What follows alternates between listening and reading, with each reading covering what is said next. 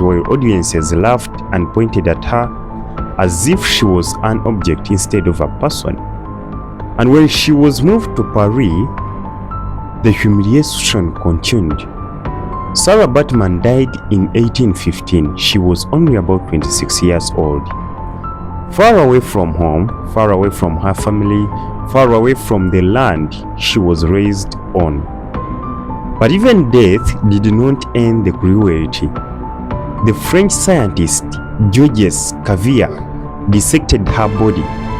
Her skeleton, brain, and organs were preserved and displayed in museums for decades under the excuse of science. For nearly 2 centuries, Sarah Baartman was denied rest. The world watched this happen openly in a broad daylight. Crowds gathered publicly to see her. Scholars discussed her body in academic cycles. Institutions treated her suffering as entertainment and research instead of recognizing her humanity. And that is what makes her story so painful, because Sarah Baartman was never just one woman's tragedy.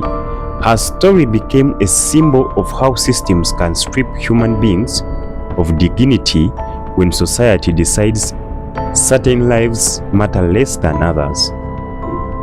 The cage simply changed the shape over time. Her story forces difficult questions about race, power, exploitation, and the way human beings can become desensitized to injustice when it is normalized by culture, institutions, or authority. For many years, her remains stayed in France.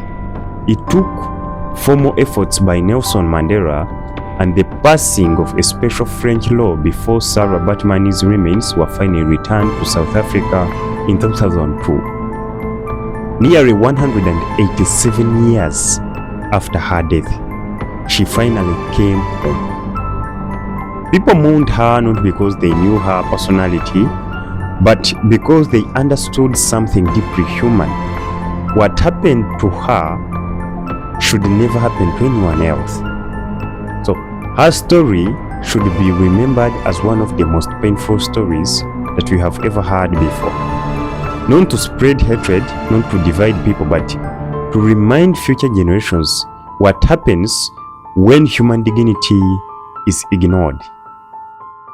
Say her name, Sarah Baartman. Teach her name in schools, homes, and communities. Actually, talk honestly about history, even if it is uncomfortable.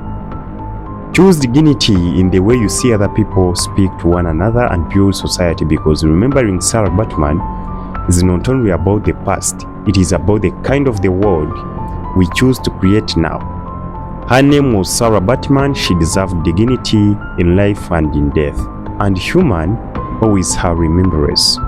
She came back to South Africa in 2002 after 187 years of suffering, even after her death.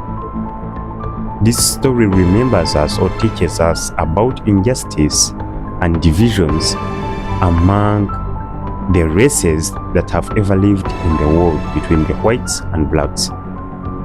The most criminalized race, the most hated race that has ever been lived in the world today is the black race. A lot of injustices have been inflicted on that race. The slave trade also happened on Africans. We saw apartheid also happening on the same Africans. We are seeing Africans still suffering today because of us. So Africans are getting worse, and worse every day than any human being would actually expect. Thank you for being with us. This is Ice Frank, your host on this platform.